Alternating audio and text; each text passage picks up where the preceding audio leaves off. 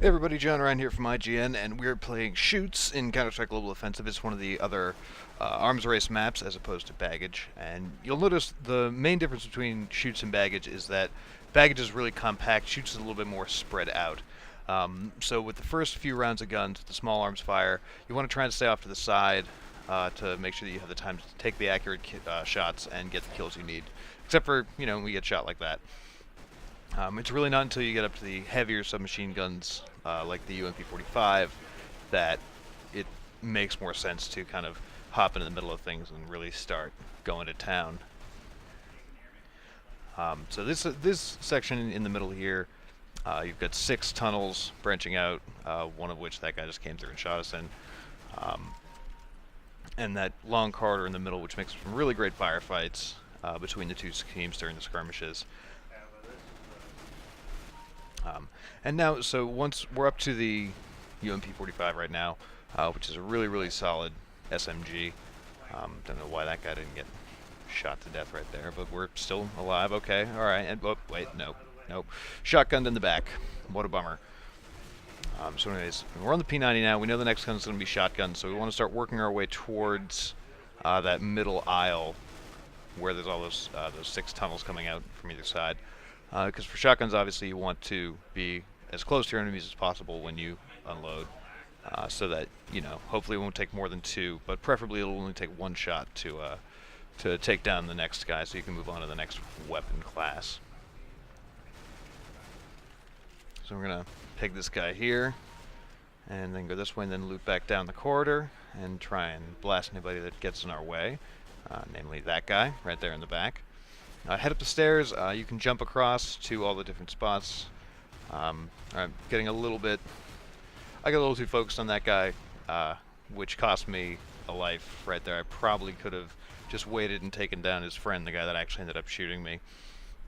But I didn't. I got impatient, and, even though everything's going completely nuts with everyone running and shooting and dying, the main thing to do is just kind of keep your head in these maps. Like this guy right here, he's thinking he's so calm and cool and collected. Well, he doesn't see me, so I'm going to knife him. And a lot of people would say that's in bad spirits, or, not in sportsmanlike conduct, but I get avenged for it, so it's fine. And, yeah, the thing is, like with most gun games, either in this or Call of Duty or whatever, you can take one down with a knife before the knife round, and then you are put back a level.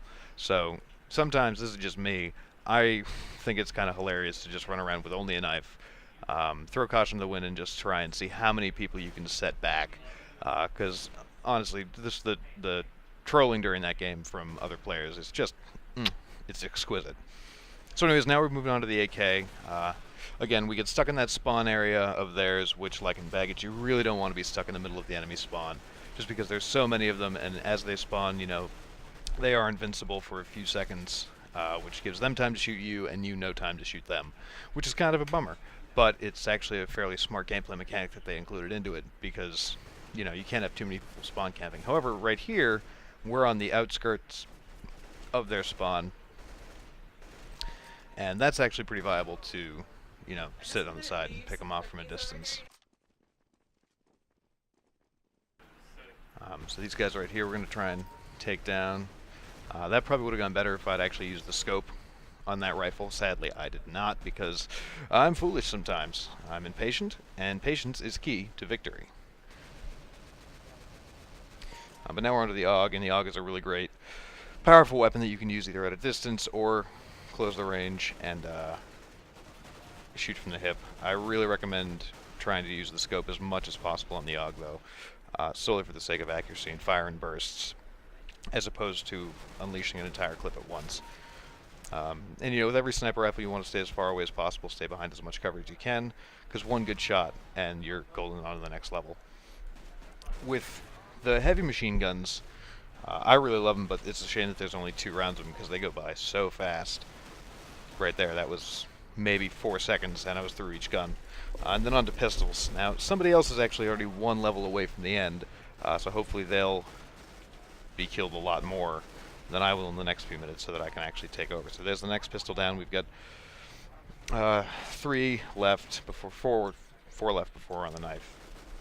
And Yeah, so the thing about pistols is, try and get as straight a shot as possible, but the thing is, especially in a map like Shoots where you're running and running and running, you've always got up.